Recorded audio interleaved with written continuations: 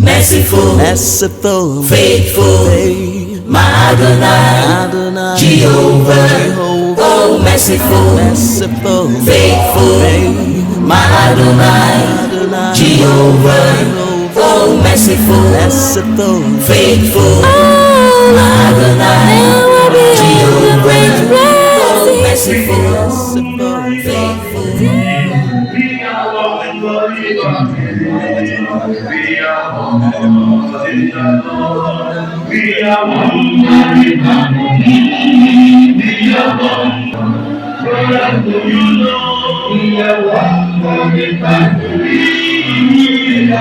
Churches of Christ in Ogun State.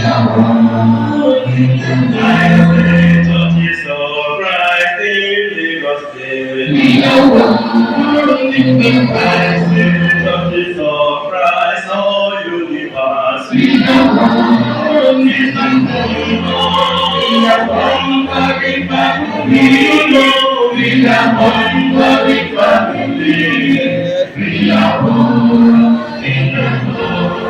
No Yoruba, no Igbo. I say no Hausa, no Efi. It's all universe.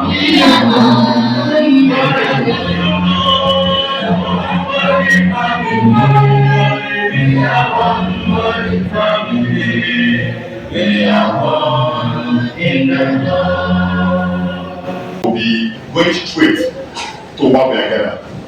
And that's it to get the fourth keynote speaker. And this will be the only lecture we'll be having today apart from the panel session, because we want to actually answer that questions. I want us to be power. We want us to actually come here and actually go back with something tangible. So I thought we actually have given enough time for the panel session.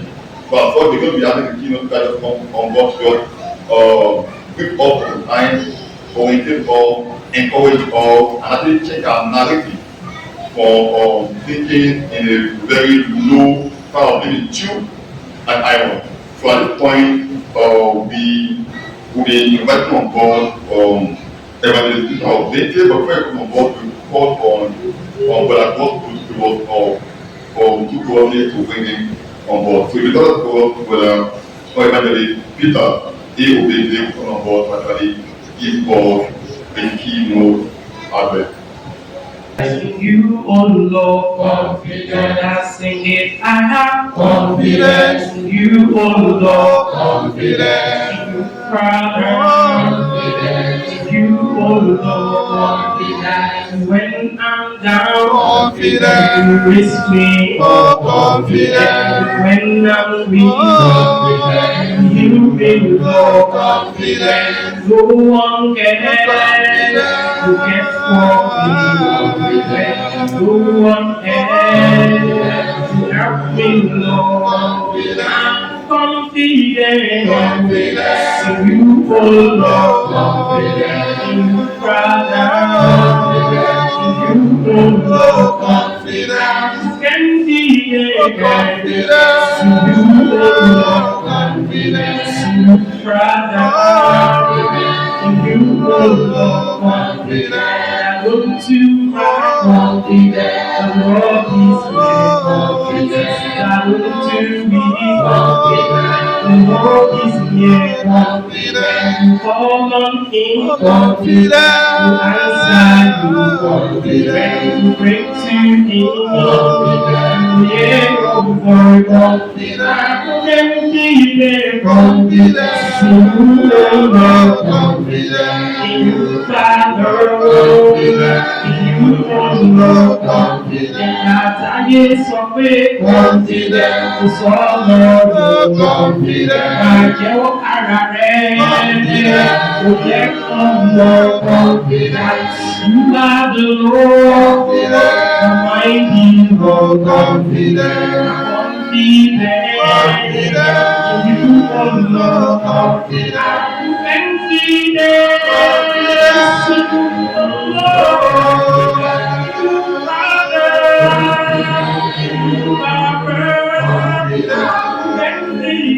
Confidence, you are confident in abide in you, O Lord. And we can have a heart-to-heart talk with one another. I want to thank the church here for the team and all that they have put together for today.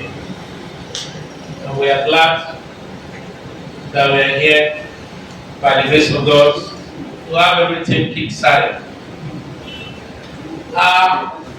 Our team is becoming whole before I do.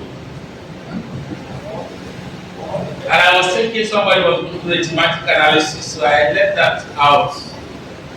But in the course of our discourse, clearly the thematic issue will be unveiled. I am built to speak on the topic emotional maturity, financial stability, and godly courtship. That for me is 3 in 1. I will try my best to see how much I can wrap that up within the time frame that I have.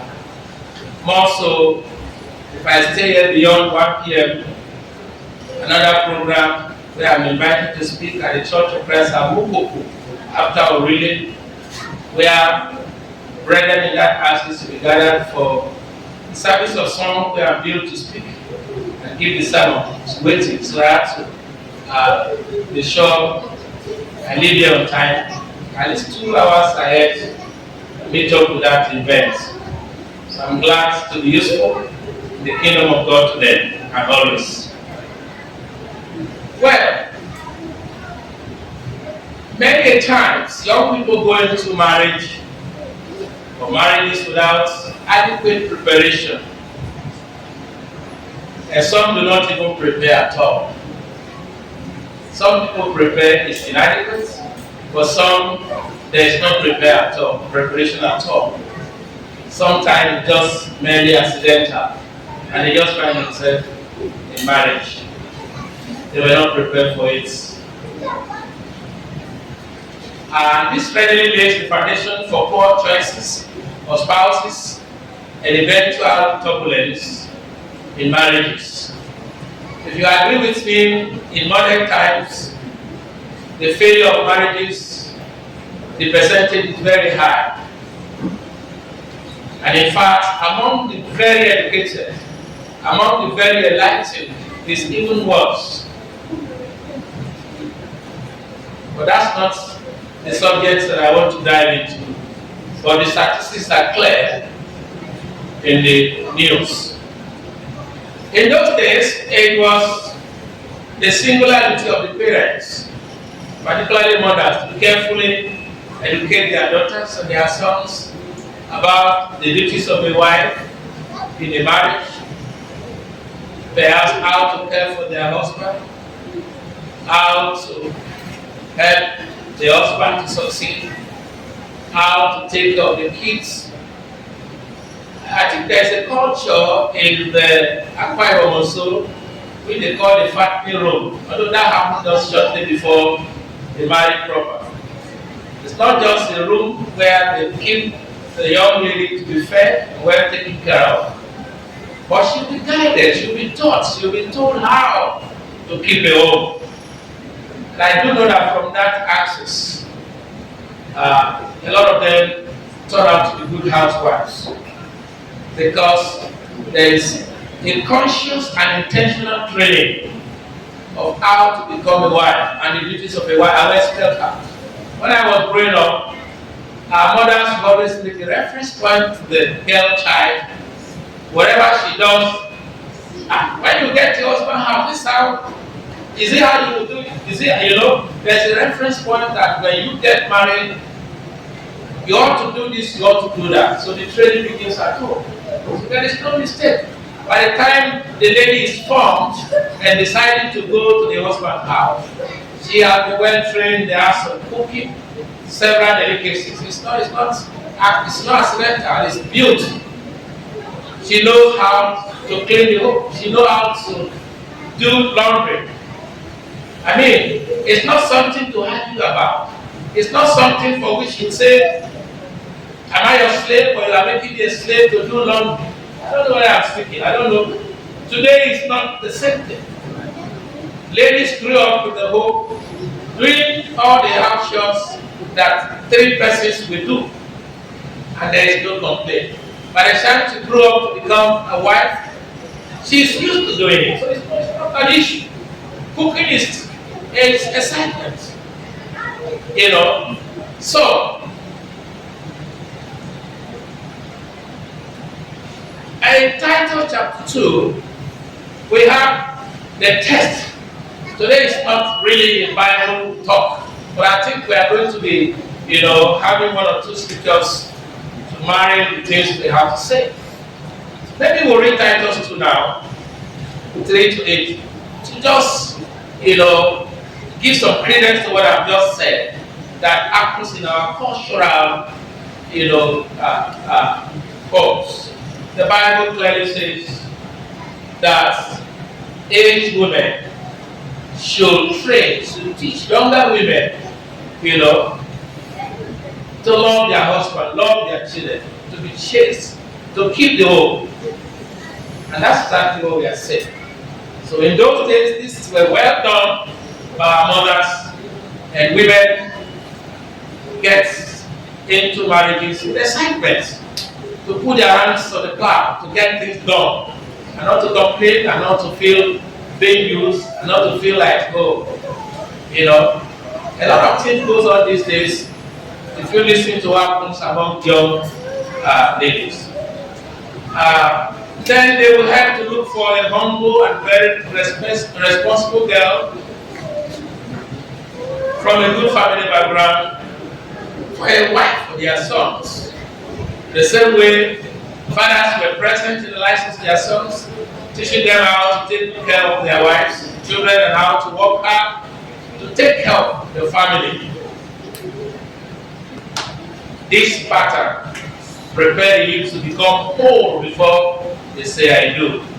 Thus, lessons on emotional maturity, career choices, financial stability were acquired at home before marriage. Like they say, charity begins at where? At home. So also godly courtship was always midwifed by parents. Today courtship with your phone, you chat each other, you talk, you have where to meet. Nobody knows even when, in fact, you can decide to meet, from Otta to meet in Lagos Island, meet somewhere, even without your parents knowing. In those days, when they say courtship, you have to go in between two. You have someone who is most elderly, who goes between the two families. And most times there was no phone to communicate. You can't even be found among, the opposite sex in an ungodly environment. And so, the things that we are discussing are things that parents used to take care of. That's the point I'm making. They used to take care of them. But nowadays, the youth are on their own, not because some parents are not ready to teach them, but because some youths themselves refuse to learn. Many youth things, old men, ideas are archaic. The old woman, what's she going to tell me? After us, you are saying what they call it, Gen Z or whatever. You are in the whole world. Knowledge is in your palm. You have a phone where you can Google anything you want to do, you have idea. But idea and reality are not same things. There's a saying that there's no how a child will acquire clothes and then they will have, or a lady, let's say a lady, who have acquired clothes that should have more racks, let's put that way, than her grandmother. Does that make sense? An African proverb. Are we together? In other words, no matter how fast, educated, smart you are, there are a lot of things that you can't really understand until sometimes you have been kicked down by some of your, actions. Another parable has that what an old man will sit down and see, a young man will be standing far, no finally not what? See it. So, we have young people, men and ladies, who think they are wise, they know so much, and they don't listen to their parents. And that's because we are already in a prophetic age called the perilous time. I'm sure we have Bibles. I like that text you read. I've quoted one text before, it wasn't read, I just paraphrased. Now I want it read. I want this one read. 2 Timothy 3, 1 through 5. Maybe we can, 1 to 5. yes. The glories that in the last days perilous times will come. Yes. For men will be lovers of themselves, lovers of money, boasters, proud, blasphemers, disobedient to parents, unthankful, unholy, unloving, unforgiving, slanderers, without self-control, brutal, despisers of good, traitors, headstrong, haughty, lovers of pleasure rather than lovers of God. 5. Having a form of godliness but denying its power, and from such people turn away. Well, that's okay. I think there these are traits of the young generation. But as Christian youth, we don't expect any of you to, of course, the last word says, from this we should do what? Turn away. But the point I was making and still making is that because we are in a perilous time, many young people no longer listen to their parents, who are even ready to train them, to talk to them, to guide them, because they think they are smarter, they know more than even the parents. Why some parents are not even present at all in the life of their children, nor ready to do the needful. Some parents are to be blamed, but we are saying that when you have your parents, like some of us grew up without parents. We have lost our parents before we say Jack, before we know the world. Our parents were gone. So we have to learn so many things by trial and error. Sometimes we see other parents talking to their children and we listen and we learn from them. I'm one of those. I used to tell my kids, I lost my mother before I was 10, and I lost my father before I was 16. I barely, never, if I was not determined and God helping me, I wouldn't have gone to secondary school, let alone university. I'd married and had 3 kids before I went to the university. Because I needed my brain to come through. And I should have gone further. But body of children, body of so many things came and I just let go and say, well, like the easy things fall apart, it's written, the lizard that fell from the local tree. And he said, if no one else tell him he tried, he will just touch his head and say, I tried. I tried. I know I've not done enough. But given the background, given the challenges I do it as a little child, but I can tell you I'm a success. Just last year I was telling my children I'm a bundle of success. If you like. That's what I tell myself, I'm a bundle of success. If you put me where another child had all the opportunities to go to school and is not going and they are begging him, or he fails his GC and the father is re-enrolling him 3 times, and you have to meet me who had to get to look for money to be in secondary school, came out and looked for money to write my GCE to have my 5 credits there, and then to struggle to go to university all by myself. And then I can tell you, if you are a first class material, I'll probably be a first class plus material. But I didn't have the privilege. But here I am. Because I believe in God, I believe in myself. The point I'm making is that some of you have all the privileges that some of us never had. And you are wasting them. You are playing about them. You go and write down. Some people result came and are less than 200. And they had all the privilege to read enough to score 300, 350.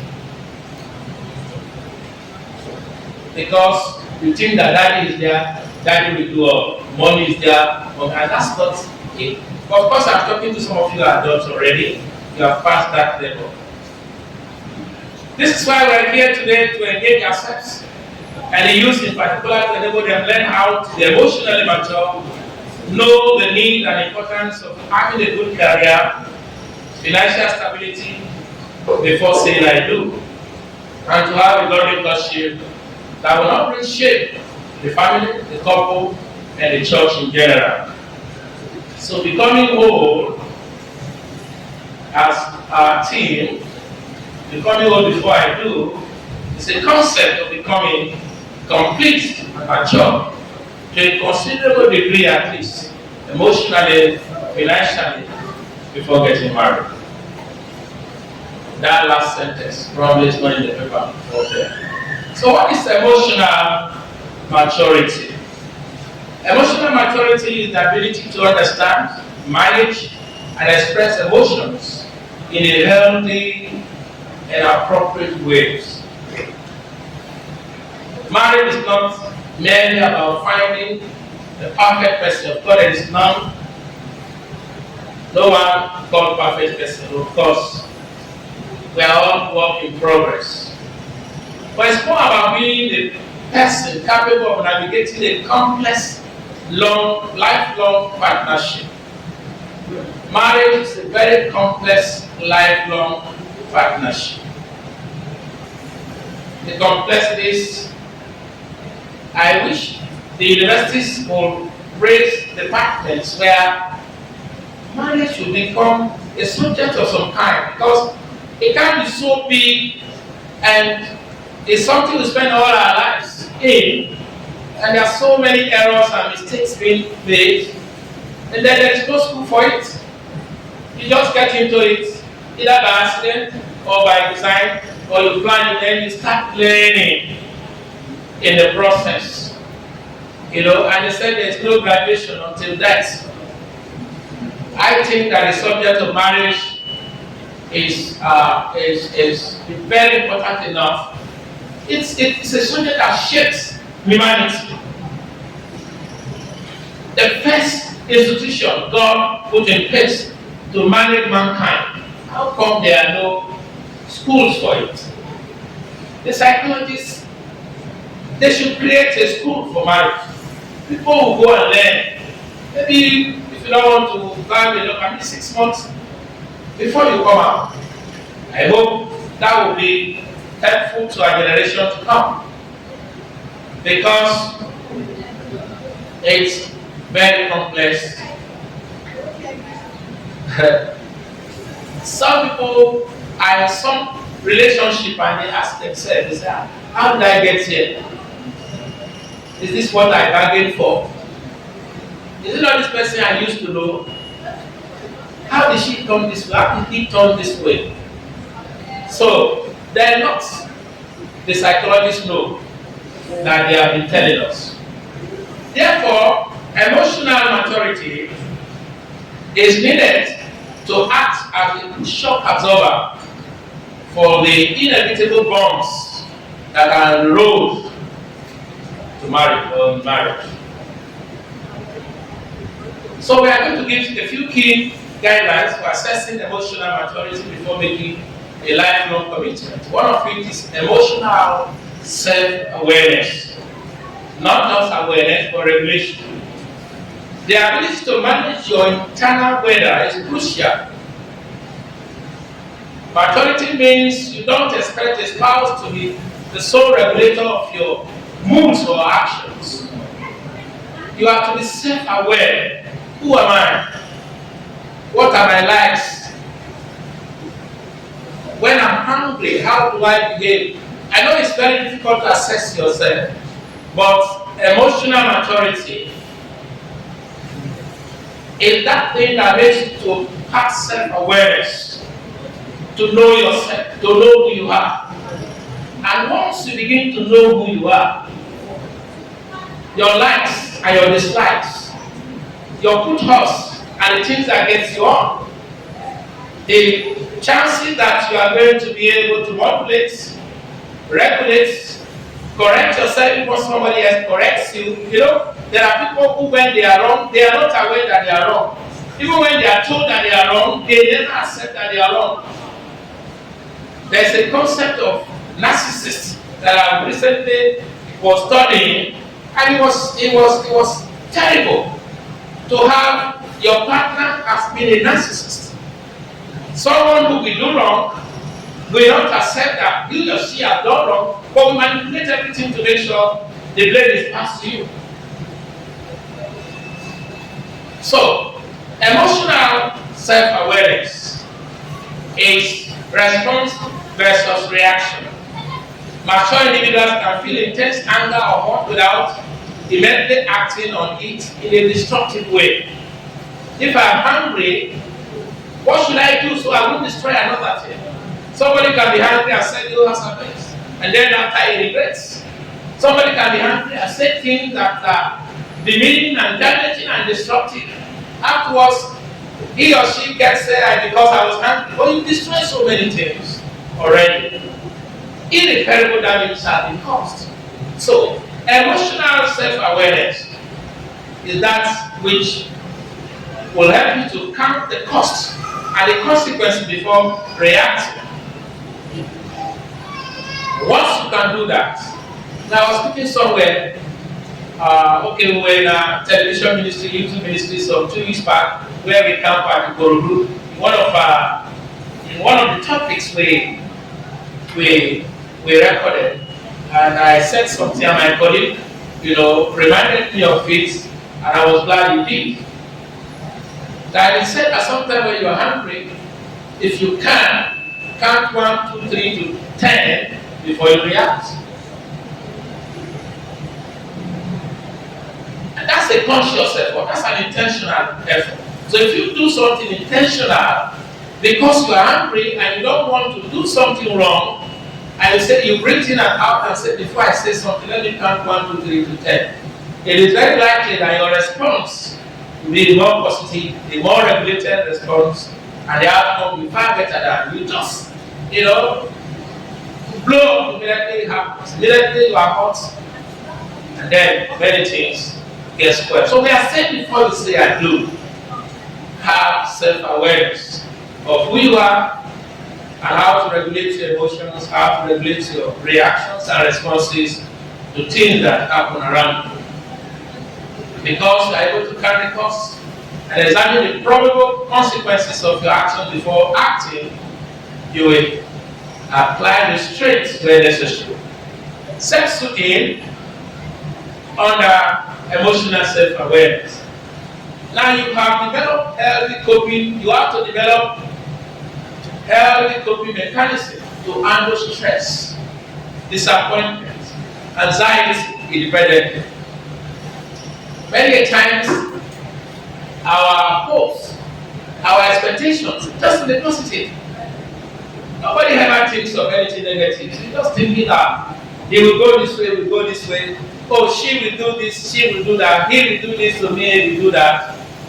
And then when you face disappointment, when you face the negative, when you face stress, when you face anxiety, how are you able to react?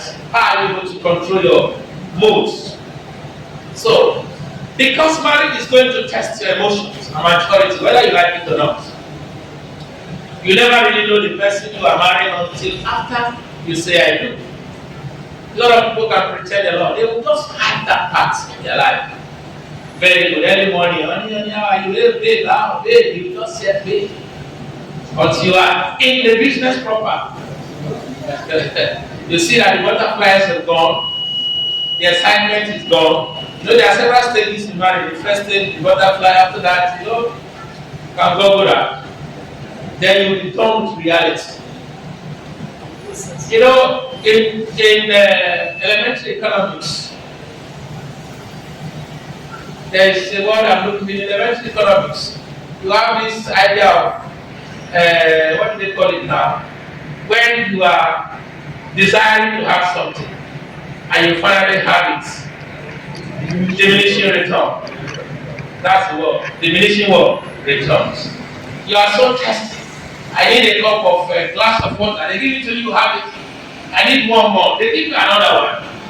Then the third one, even if it's Coca-Cola, you may not take it. You have to say, I'm okay. I'm so hungry. I need a plate of very good jollof rice. Here is one plate to the food chicken. After that, whatever they bring, you say, I'm okay. I cannot see. I am okay.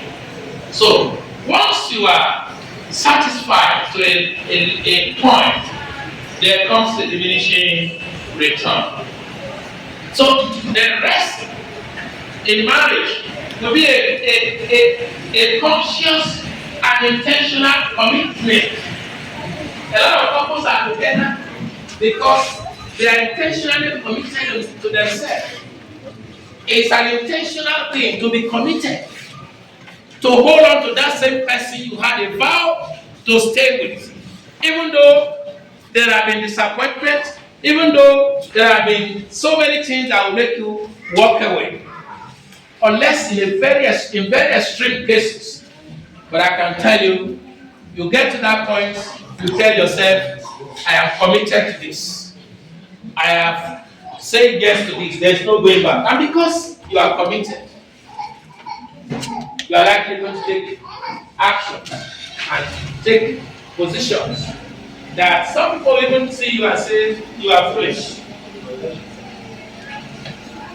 The real character of people the students reveal in marriage. A marriage is like they cover 2, 3 plates or 4 plates and say, pick one. Something is somewhere, whichever one you pick is so that you say whichever, and they say mini, whatever, I just children used to do it. So whatever you end up picking is your cross. In other words, you must know who you are in all ramifications. You must know your anger level. You must know what you can tolerate, what you cannot. Thus, you are able to control your emotions when infringed upon. In the same way, you know how to apply the golden rule, which says, do to others what you want others to do to you. It's the Bible word, Matthew 7:12. With this self-conscious and intentionality, you can be said the emotionally mature or working towards emotional maturity. By time, let me see how much I can take from what I have. It looks to me like I have, like I said, the 3 lessons no work, so I was thinking I will have to cut some down so that I can meet up with the time. And the other thing is high capacity for empathy. Marriage requires stepping out of your own perspective to understanding your partner's reality, even when you disagree. You must have emotional intelligence. Emotional intelligence is the ability to understand yourself and others. Empathy is part of emotional intelligence. The ability to feel for others. The ability to put yourself in the position of your partner. The ability to understand what your partner is going through and empathize with him or her. And to do this, you must be able to listen actively and acknowledge the issues that are involved. Listening will help you to empathize. Sometimes you may not say anything, but you have the ability to listen to someone telling you what he or she is going through. Can be so comforting. You give a listening ear and you have the person speak out his or her mind and say, oh, I can understand you. Don't worry, it will be over. Don't worry, just for a while. Don't worry, it's that. That could be, so helpful more than money sometimes. Sometimes people call you, think it's money. I remember a young man wanted to marry just last year. And he's one of my mentees, I would say, though his father is a preacher, but he always called me. Even at midnight, he called me for guidance, he called me for ideas. He said, so go to the Church of Christ. One day he called me, and before he could make 3, 4, 5 sentences, he broke start crying. I said, why are you crying? He said, look, my marriage is just a few months away, and I don't even know what to do. I don't have money, I don't have this, the money. It's not so as it cool down, boy. How many months do you say you have? He mentioned, I said, 3 months, long time. Don't worry. Things will get shape. Things will be better. I remember it's part of our cooperative where I'm the president in Lagos. If you are not there, please come. When we get to financial whatever part of it we are going to be discussing. And I told him, how much you have in your cooperative? He said, I have 350. I said, okay, they're fine. Between now and then, just make it up to like 400. Then you get a loan for 800,000. That's you look for other money somewhere. You already have 350. Just make sure you have 50,000 to it, 400. You're looking for money elsewhere. Talk to your brothers, talk to anywhere. But you are sure that you will get 800,000 naira loan, which will take up maybe the very important things. So you don't need to cry. And his face, lit up because he never knew, or maybe he never remembered, that money could double for him. And of course, when the time came, he didn't have a guarantor. I had to look for a guarantor for him. And he got that money that I find. The story that he's happily married to a very beautiful lady and he's paying back. And the last time I checked, he has already paid 350,000 back.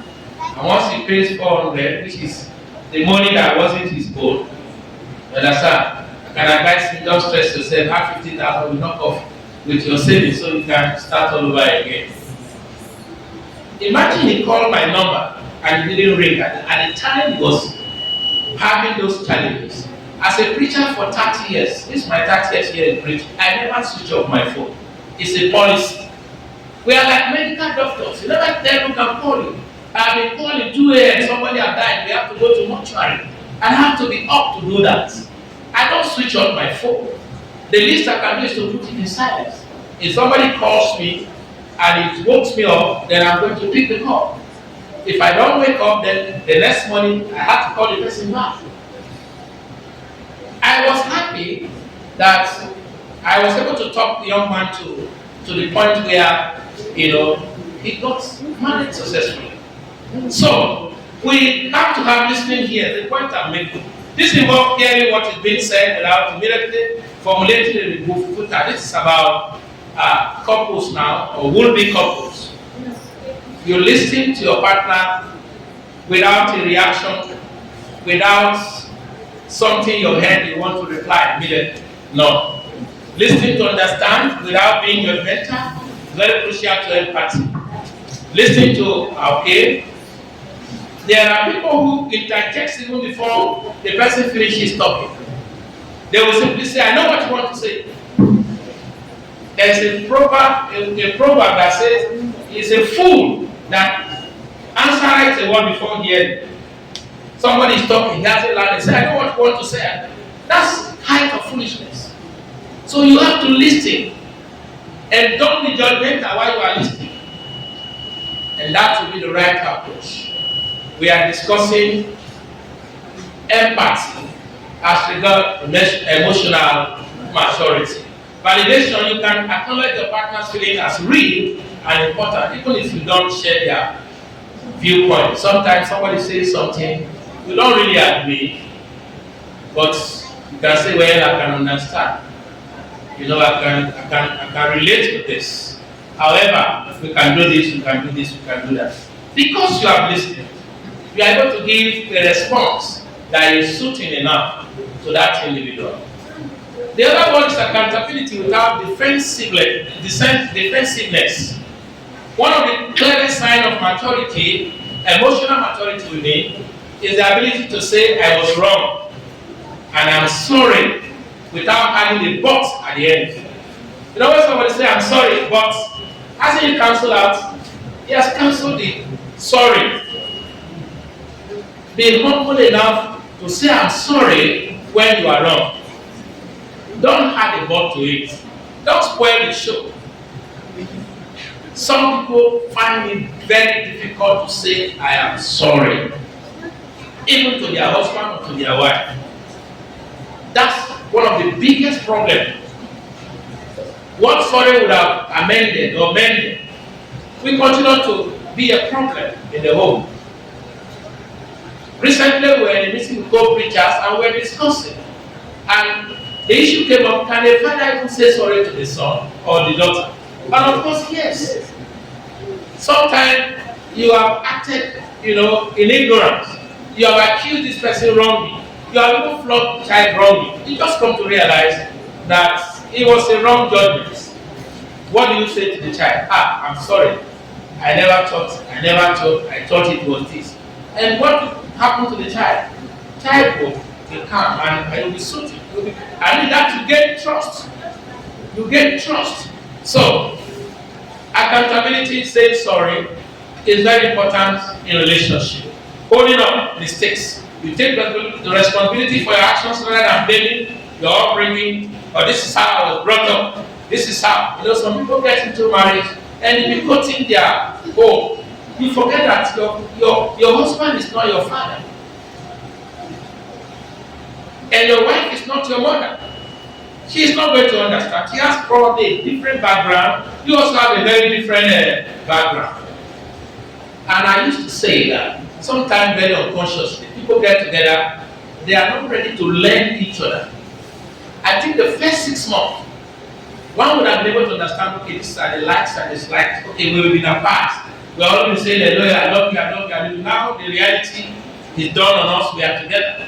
And we are going to go this journey for, as long as 50 or 60 years, that we don't know where and how it will end. And therefore, there should be a conscious and intentional effort to understand the person you are now making a new life with. And when you understand one another, each other, and you have a conscious thought of us, okay, I know that my wife, for instance, doesn't like the light put on while we are in bed. Some people want the light on, they don't care. They can sleep off. There are some people they cannot sleep once the light is on. As little as it looks, it has broken some marriages. The other day somebody talked about just toothpaste. Somebody just take the toothpaste, press it at the middle, he doesn't care, and another person diligently will make sure it should be pushed from the behind. You shouldn't push it, And then why do you push it? Why do you take the toothpaste from the center? Why? At the end of the day, problem starts. So, ability to hold up responsibility. Don't say this is how I was brought up. This is how we do in my family. You now have a new family. It's your own family you want to. In fact, your marriage may be far different from what your parents have. We are not saying if you have a parents with very good values, you are able to leverage on them and learn from them. But know that the person that is coming to live with you is a different person with a different background, a different mindset, that you have to tell yourself when reality dawns on you, say, okay, this is my reality, this is my new normal. How do I deal with it? When COVID came, the word new normal came, I mean? Yes, new normal. So, have a growth mindset. You view personal flaws as areas for development rather than fixed traits to be defended at all costs. This attitude will help you grow a good attitudinal leverages. The next is conflict resolution. Emotional maturity is about ability to solve problems in your marriage, the ability to withstand conflicts and resolve them rather than run away from them. Maturity shifts the goal of an argument from winning to reconnecting. Even among preachers, sometimes when we argue, we will leave the issue and start attacking each other. If we dwell on the issue enough, we will not attack each other. And that we disagree on the issue does not make us enemies. We always meet tomorrow, we will always be what? Friends. Once we can identify dealing with the issue and not the individual, then we will shift, to the reality where we should be discussing. And under that, we are saying fight fair or fair fighting. Avoid below the belt tactics like name calling, breaking up old the past, or using the silent treatment. There are people once you have issue with them, couples I mean to say, or couples to be, they will go back to 5 years, 2 years, 3 years back. Dig up all issues that are passed on. Are you really ready to settle the matter? Marriages work best even when there are issues, the other person that is even complaining is looking for a way for solution. Like you say somebody go to the police station, does not mean anybody that goes to call the police, what is he looking for? Settlement. Even if people go to court, they are looking for settlement. Of course, there are some people who go to court with a blind mind and say it is either their way or never. So, find fair. Don't destroy what you have built because you are angry for 2 minutes. Problem solving. The focus stays on the issue at hand and how to solve it as a team rather than attacking the other person's character. When there is an issue, how do we solve it? Yes, you have complained. Yes, you are not happy. But solution is what you be looking for. Sometimes the man may indeed not where he should be in maturity. The wife could do better. There are a lot of women who can swallow, so many things and be silent. When we say silent now, there is what we call silent treatment. There are people who are hungry and for 1 week they are not going to talk to you. That's bad. We are in together, there is a trouble, how do we solve it? When both parties are looking for solution, there will be an equilibrium point where they meet and the matter will be solved. Now, clear boundaries and independence. Healthy marriage is a partnership of two whole individuals, not have completing each other. So one, we already have autonomy of ourselves. You are self-governing. You know what you like, you know what you don't like. But don't forget, you are coming to a union. You have your own interest, friendship, a sense of what that exists outside the relationship. You need to also have boundaries. You can say no when necessary and respect your partner's no without taking it as a personal rejection. However, such boundaries should be applied within the context of scriptural approval. There are people who say, just leave me alone, I want to be. The Bible did not say after you are married, you are now single, you are now yourself. You can now decide to want to be, and you should be left alone. When you are taking such decision, consider the scripture we want to read. 1 Corinthians 7, 1 through 4, 5. Let's quickly read it. Let's quickly read it. Who is reading for us? 1 Corinthians 7, 1, 5.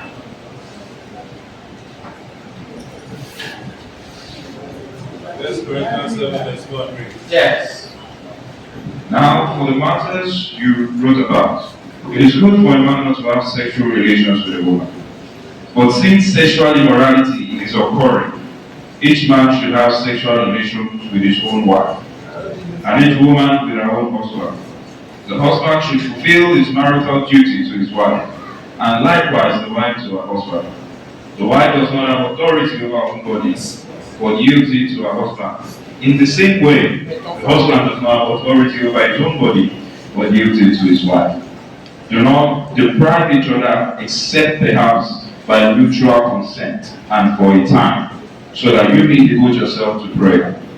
Then come together again, so that Satan will not tempt you because of your lack of self-control. That's okay. Look at exactly what has been said in verse 3. Let the husband render unto the wife due benevolence, conjugal relationship implied, and likewise also the wife unto the husband. Then he said the wife had no power of her own body. The wife does not have a complete authority over her own body, but the husband does. And likewise also the husband had no power of his own body, but the wife. We have shared, shared interests. We've come together as one. We are no longer one. The Bible says two will come together. We are no longer two, I mean to say. When two come together, how many they say will be? One. And what God has put together, let no man what? Put asunder. So when you are one, you cannot say leave me alone. I'm saying this because it does happen. One person is angry and he said, particularly the ladies are fond of it, I'm sorry to say, if the man is suspended from conjugal relationship until further notice. And then maybe he has to come begging. It will become transactional. If you do this, do this. If you don't do this, do not do that. Whereas, by scripture, your body belongs to him, his body belongs to you, he has a right. So when you know that you are not your own, like the Bible said, Christ died for us, that's, those of us who now live for him should live, no longer live for ourselves, but live for him who died for us. Alright, I have seen the signboard, so let me see how much I can run to. So from now on, they say I have 10 minutes, so I'm going to read out all that I have without any extra explanation as I'm doing, because if I do, I will take to 1 more hour. So litmus test, ask yourself, can I be happy and stable? Even when my partner is having a bad day, if your internal peace depends entirely on your partner's current mood, there may be more work to do on your emotional maturity or autonomy. The next is about career stability or financial stability. And like I said, I'm going to read very fast, and I will request for maybe 10 more minutes so that I can finish what I was asked to do. If you give me subject like this 3 in 1, and you expect me to finish it 45 minutes, I think that would be unfair. Building a life, we are discussing career stability now. We are there, okay? Building a life with a partner is a major milestone. But doing so on a shaky financial foundation can introduce significant stress into a new marriage. While financial stability looks different for everyone, establishing a solid baseline before saying I do serves several critical purposes. Number one, okay, before then we want to say what is financial stability. Financial stability is a state where you have a good source of income and control over your finances, allowing you to comfortably meet current living expenses, manage debts, handle financial emergencies without falling into distress. It means living within your means, consistently saving for the future, rather than living from paycheck to paycheck, from salary to salary. That was to me. Now, there are few advantages of having financial stability or being financially stable before you get married. One of it is a stress-free wedding. Before the marriage proper, pre-marriage is wedding. Wedding expenses in Nigeria in particular become something stressful to young couples. Our cultural demands have not helped matters, even among Christians. Sometimes you are married a Christian, two brothers, a sister and a brother in the same church married, and you'll be so surprised the volume of financial burden that parents put on young people today. And so, for you to get married successfully, you have to be sure you have enough money, you have a good job, and you have enough money set up for the marriage. Therefore, one should have enough money to plan and execute one's marriage ceremony without earning each, and make sure you don't plan above your income. Now, sometimes, ladies in particular, pressure a man. I want my marriage to be this. I want my marriage to be look like this. I want it to look just one day ceremony, and all the money that they could have used to live for a better life hereafter is drained. We have found couples quarrel and fight after marriage because when they are done, so much money gone down the drain for one day to impress people.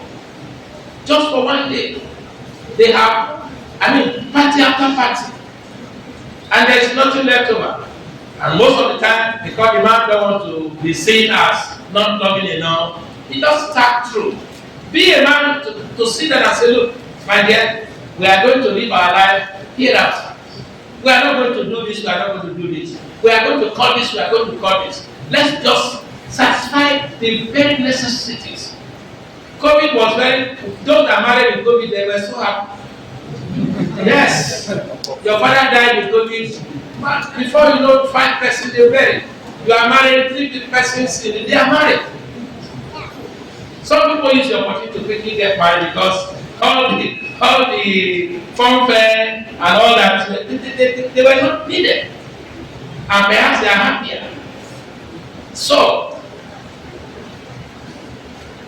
plan enough and make sure you don't plan above yourself.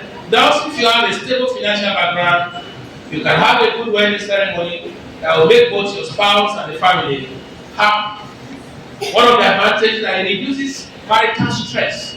Attempting to go into marriage when you are not financially stable is crisis waiting to boomerang. Money is consistently cited as one of the primary causes of conflicts in relationships. Entering a marriage with a stable financial position helps mitigate any friction. When basic needs like housing, utilities, and food are comfortably covered, couples can focus on emotional bonding rather than survival mode logistics. You just got married and you are broke. You can't even do honeymoon. You can't even. Then the problem starts. So even though there are many reasons to marry, First Corinthians was quoted. I left that. They said to avoid what? Fornication. I mean, as far as I'm concerned, for Christians, that's one of the #1 reasons for marriage. To avoid fornication, for procreation, then for companionship. So sometimes you don't need all the money in the world to get married. However, you must have a very stable, income to get married. And if both of you are not asking for too much, you will do. I have a friend, a brother in Christ, who told me he got married with a mat. It's long time, it's not now. I'm not recommending that. They had only mat himself and his wife. But today is a landlord. He has a car. The children have gone out. They are marrying themselves. They are happy everywhere. Those days, there are many things that count now. Young women will say, if it's not a 2-bedroom flat, I will not marry. You don't have a 2-bedroom flat, I will not marry. You don't have a 3-bedroom flat, you don't have a car. Please, that's too much. That's asking for too much. In fact, when a woman comes in, before the man starts acquiring those, she will have authority, she will have right to say, we did this together. Am I communicating? We made it together. But if the man has had everything, you come in. You just come to enjoy anything. So, ladies should be ready to go through it with their man. I'll give you my dowry. We don't need this, we don't need that, let's just go see our parents, we pay a bad price. We go to, with 2-3 friends, we go to the courts or whatever, have a reception. The few friends and few family members, they did it done. What is important is your happiness thereafter. What is important is where you are going. You don't need to get there before you start. Some people want to get everything now. It's not done. Sometimes you are lucky to marry the son and daughter of a $10 or whoever. Even at that, you have to come with something on the table. But if you find somebody who loves you and he hasn't got everything that you think about, you can work it out together to get to where you are going. Enhances independence and confidence. In a biblical setting, a man is particularly expected to be responsible for the upkeep of his family. 1 Timothy 5:8 to be quoted every now and then, particularly by our female folks. However, a critical examination of that scripture does not exclude the woman from supporting the man. You read 1 Timothy 5:6 down, talk about if any man has a will, any, not man now, and I will read that text so that we stop putting man in the context all the time. 1 Timothy chapter 5, verse 6 to 8.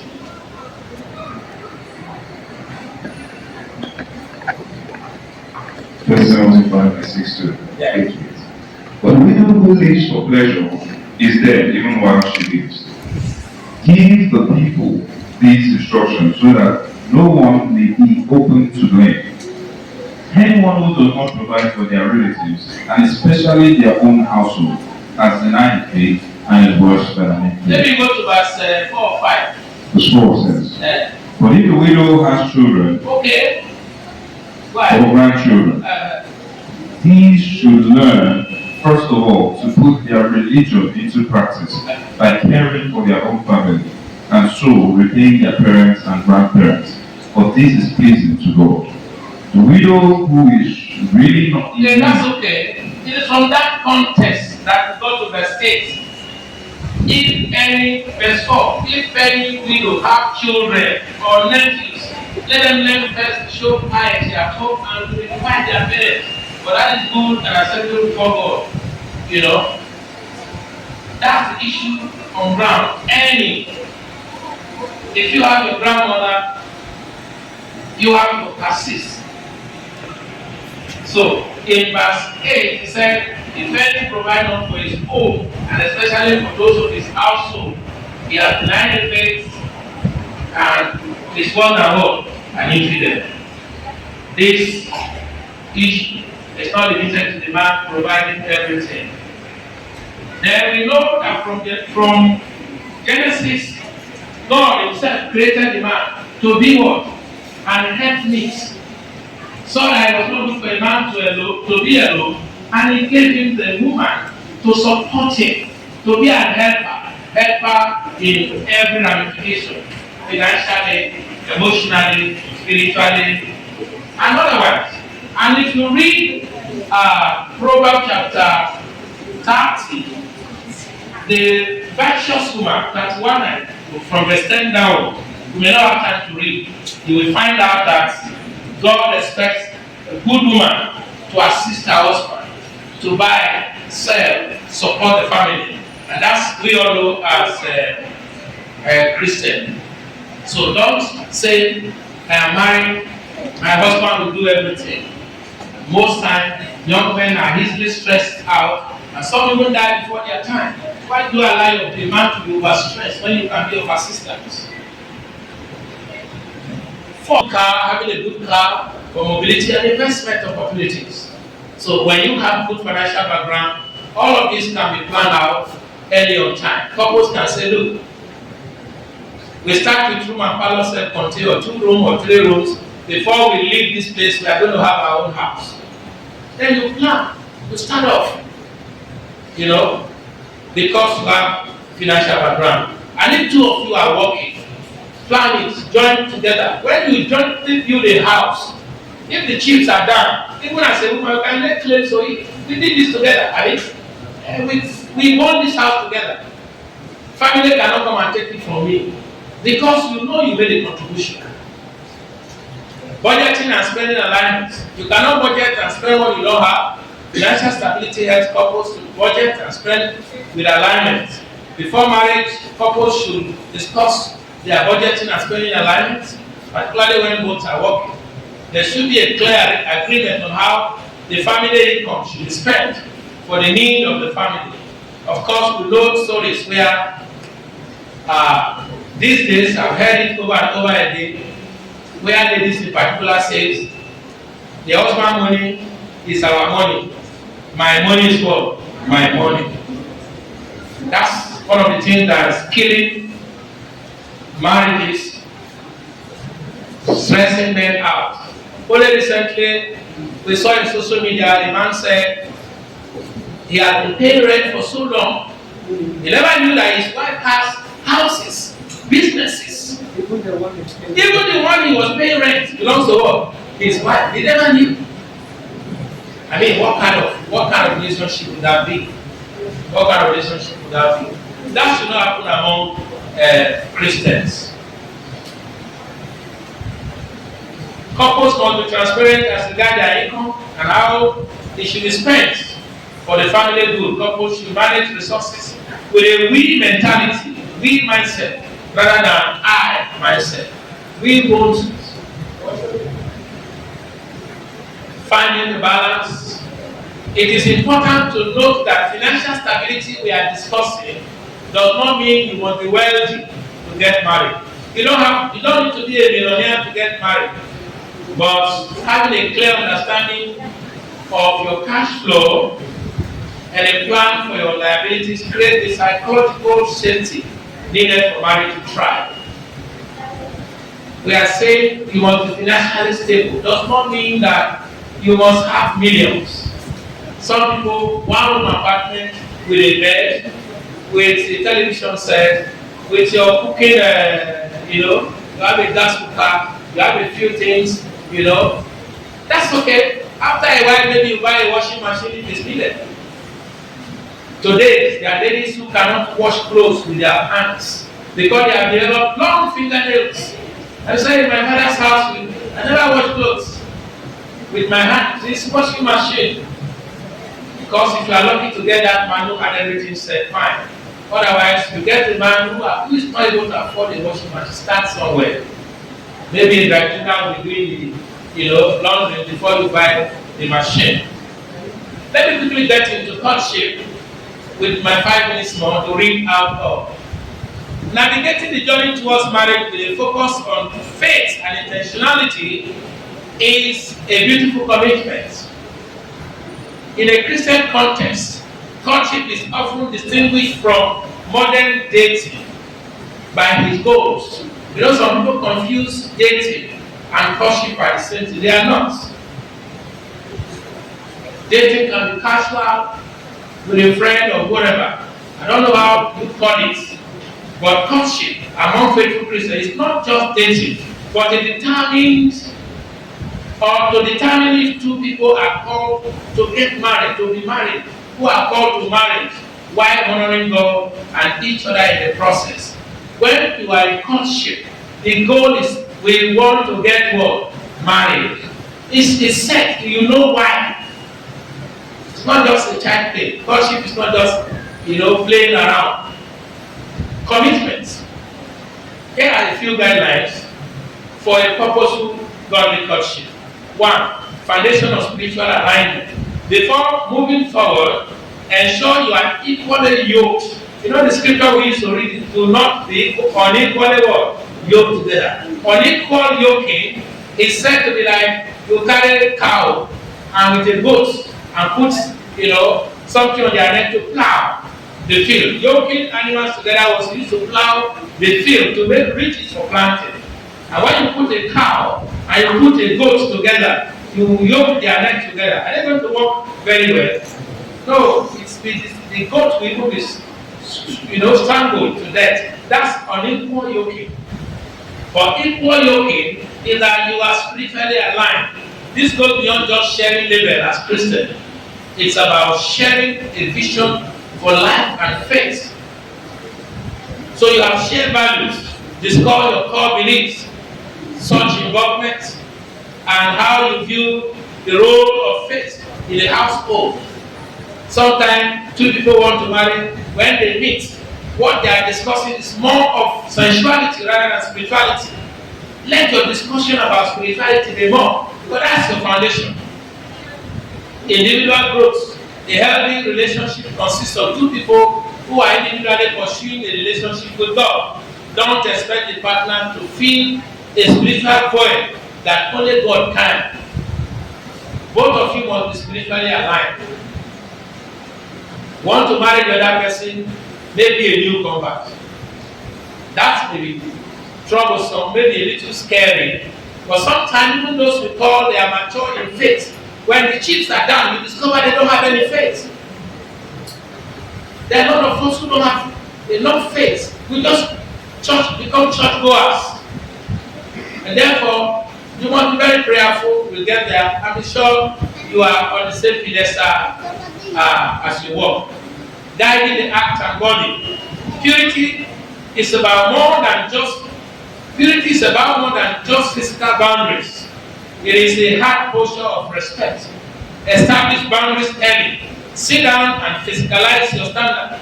Discuss what is off limits to avoid temptation before you find yourself in a compromising moment. Avoid the foolish confidence by giving room to the devil. What do I call foolish confidence? I know myself. Nothing will happen. Then you put yourself in a compartment, just two of you. And you know you are excited, about each other. You have strong feelings about each other, which is genuine. Desire for your partner is genuine. But Satan can capitalize it and mess you up. And that's why some people get pregnant before marriage. Fornication is committed before marriage. That can be avoided when you intentionally keep, yourself in where you ought to be. First Peter 5:8. What did the Bible say? Say we should be vigilant, and we'll be sober and vigilant, because our adversary, the devil, is roaring like what? A lion, seeking who to what? Devour. Call yourself Christians, or by some very careless association, very careless, environment you find yourself, Satan will take advantage of it before you know you are down. Not just you that you are down, shame, reproach, because sin brings reproach to yourself, to the family, and to the church. All of this can be avoided. The power of accountability, invite a mentor, your preacher, or a mature Christian couple to check on you. Transparency with others help keep the relationship in light. If you want to get married, and the brother, particularly for sisters, listen to this. If the brother tells you he wants to marry you, and you accept, and he tells you don't tell anybody, don't tell your daddy, don't tell preacher, it's a suspect. Okay, it's a suspect. Be open. I'm not saying tell the whole world, because when something happens, you want to withdraw, it can bring a lot of, disaster. Everybody knows you wanted to marry her. Everybody knows he's not marrying her. That's not good enough to. For your preacher, your mentor, one or two persons who can guide you should be carried along. Intentionality over ambiguity. Courtship is dating with a why. Define relationship. Be clear about the transition from friendship to courtship. The goal is to evaluate marriage. So keep that objective in sight and quickly observe character. Pay attention to how they treat others, especially family, friends, and brethren. How they handle anger and their level of financial and emotional responsibility. Integration into community. Isolation is often where relationship begins to falter and become unhealthy. Meet the families. Understand where someone is coming from. Provide immense insight into who they are. You want to marry somebody, you don't know their family, they don't know your family, and you are not doing any background check. That's not also good enough. Like I said in the beginning, in those days, those were things parents do on your behalf. They do background check. They know the family, they know the community. They can vouch, they can tell you she's from a very good home. Church involvement. See how your partner serves and interacts within the body of Christ. The person's public faith is a strong indication of how their private character looks like. You see somebody who is Sunday Christian, who does not want to get involved in prayer meeting, doesn't want to get involved in fellowship. You know that person may be a problem somebody when it comes to spirituality. All of that can be corrected, but notice, communication and conflict. How you disagree during courtship is a blueprint for how you will disagree in marriage. Seek resolution, not victory.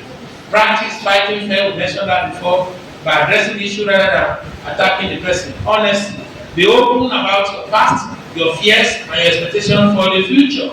Children, finances, and career goals should be discussed. And lastly, the role of prayer. Make prayer a central, active part of your time together. Pray together. This builds a unique spiritual intimacy that strengthens the bond without crossing the physical line. Pray together does not mean you must be together physically. You can be on phone, you pray together on phone. You can be on video call, you pray together. You can fast and pray for your upcoming marriage to be and all of that. Pray separately. Continually ask for wisdom, discernment. If there are red flags, don't ignore them. Bring them before God. A final thought. Remember that courtship is a season of valuation, not just emotion. It is better to end a courtship because of lack of peace than to enter a marriage under a cloud of doubt that you will regret later in life. Am I communicating? It's better to end the courtship. When you see the red flag and you say, no, this is a no, I can't do it, call it quick. It's better than getting into it and thereafter to have all life to regret, But if you have not compromised your faith, it will be easy for you to withdraw. But if you have injured somebody, if you cross the line, if you've done certain things you ought not to do, your withdrawal will bring a very big disaster. I don't know if I'm communicating. In conclusion, we have seen the value of emotional maturity, financial stability, godly leadership in the life of the spiritual and morality. We encourage the youths of today to take advantage of the message, to be wise, and make efforts to ensure they do the needful before saying, I do. May God bless you for listening and having me. In Jesus' name. Amen. This life I ransom you on Calvary, on Mount Calvary. Sing. Jesus gave his life a ransom you on Calvary, on Mount Calvary, through Calvary. With the way by God as we might be a shining crown. Praise the King,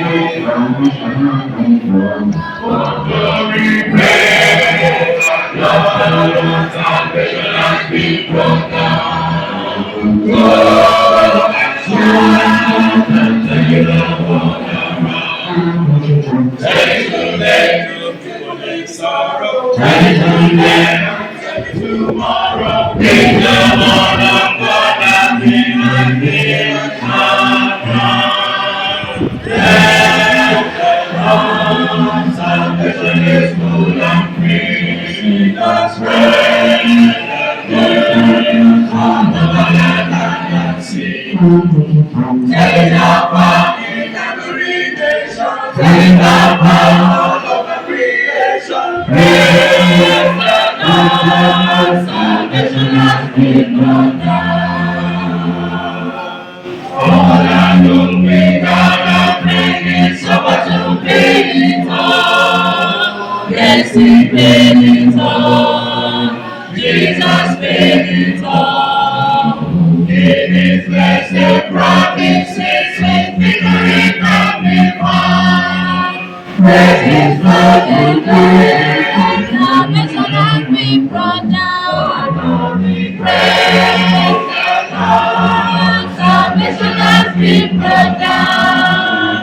Oh, and shout and tell the world around. Tell it today to people in sorrow. Tell it today and tell it tomorrow. Bring the word of God and make my queen a shining crown. Tell the Lord, salvation is full and free. All over the land and sea. Set it up in every nation. Set it up all over creation. Praise the Lord, salvation has been brought down. Yes, I'm blessed, only prayer will morning glory now. In bright glory now. Blessed glory now. I have trusted in his love and now I will move on. Praise his love, oh glory, praise the Lord, salvation has been brought down. Oh, and take the water around. Tell it today to people in sorrow. Tell it today and tell it tomorrow. With the word of God and with my creation crown. Tell the Lord, salvation is full and free.